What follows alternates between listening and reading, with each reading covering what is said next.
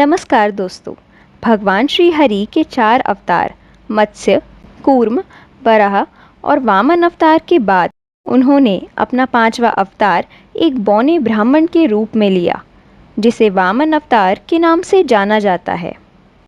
इस अवतार से हमें यह सीख मिलती है कि किसी को भी उसके कद, काठी या बाहरी स्वरूप के आधार पर नहीं तोलना चाहिए और ना ही किसी की शक्ति को कम आंकना चाहिए।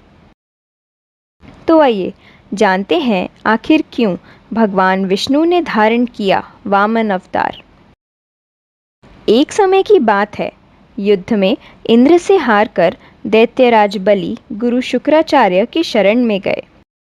शुक्राचार्य ने उनके अंदर देव भाव जगाया, जिसके कारण कुछ समय बाद बलि ने स्वर्ग पर अधिकार कर लिया और इसी कारण से देवराज इंद्र अपना सिंहासन छोड़ दर दर भटकने को विवश हो गए। अंत में वह अपनी माता अदिति की शरण में जा पहुंचे। देवराज इंद्र की यह दशा देखकर माता अदिति बहुत ही दुखी हुई और उन्होंने पयोव्रत का अनुष्ठान किया। इस व्रत के अंतिम दिन भगवान ने प्रकट होकर अदिति से कहा, देवी चिंता मत करो, मैं आपके पुत्र के रूप में जन्म लूंगा और देवराज इंद्र का कल्याण करूंगा। इतना कहकर भगवान अंतर ध्यान हो गए। देखते ही देखते वह शुभ घड़ी आ गई जब भगवान ने देवी अदिति के गर्भ से वामन रूप में अवतार लिया। भगवान को पुत्र रूप में पाकर देवी अदिति बहुत प्रसन्न हुई। साथ ही भगवान को वामन ब्रह्मचारी के रूप में देखकर देवताओं और महर्षियों को भी अत्यंत आनंद की अनुभूति हुई। उन लोगों ने ऋषि कश्यप को आगे करके भगवान का उपनयन आदि संस्कार करवाया। उसी समय भगवान ने सुना कि राजा बलि भृगुकच्छ नामक स्थान पर अश्वमेध यज्ञ कर रहे हैं। यह सुन भगवान ने वहां के लिए यात्रा प्रारंभ कर दी।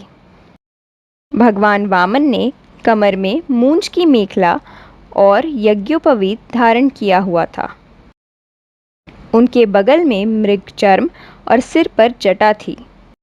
इस प्रकार बौने ब्राह्मण के वेश में अपनी माया से ब्रह्मचारी बने हुए भगवान ने बलि के यज्ञ मंडप में प्रवेश किया।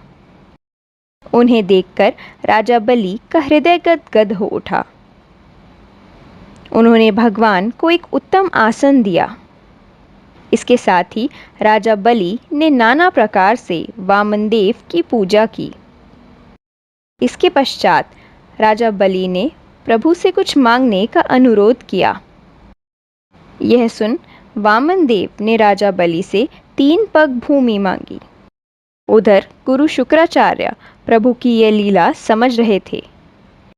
उन्होंने बलि को दान देने से मना किया, किंतु राजन ने उनकी बात नहीं मानी।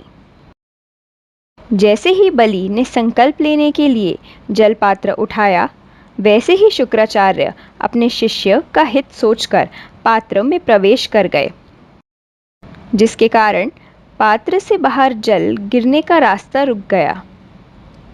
यह देख भगवान ने एक कुश उठाकर पात्र के छेद में डाल दिया, जिससे शुक्राचार्य की एक आंख फूट गई।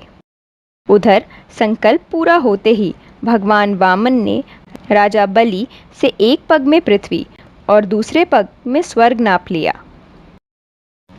जब तीसरा पग रखने का कोई स्थान शेष ना बचा, तब तीसरे पग में राजा बलि ने अपने आप को ही उन्हें सौंप दिया। बलि के इस समर्पण भाव से भगवान अत्यंत प्रसन्न हुए और उन्होंने राजन को धरती के नीचे सुतल लोक का राज्य दे दिया। इसके साथ ही उन्होंने इंद्र को वापस स्वर्ग लोक का स्वामी बना दिया। कहा जाता है कि भगवान वामन द्वारपाल के रूप में राजा बलि को और उपेंद्र के रूप में इंद्र को नित्य दर्शन देते हैं। वीडियो पूरी होने से पहले आप सभी के लिए एक प्रश्न। भगवान विष्णु ने सुतल लोक का राज्य देने के साथ राजा बलि को एक वचन भी दिया था। जिसका पालन श्री हरि आज तक भी करते हैं। आखिर क्या था वह वचन? अगर आप जानते हैं तो कमेंट करके अवश्य बताइएगा। साथ ही अगर आपको प्रभु के वामन अवतार की जानकारी अच्छी लगी हो तो वीडियो को लाइक कर अपने दोस्तों के साथ शेयर करें ताकि उन्हें भी इस बारे में पता चल सके। तो जल्द ही मिलते हैं प्रभु के एक और अवतार की कथा के साथ। तब तक अपना ध्यान रखें। जय श्री हरि।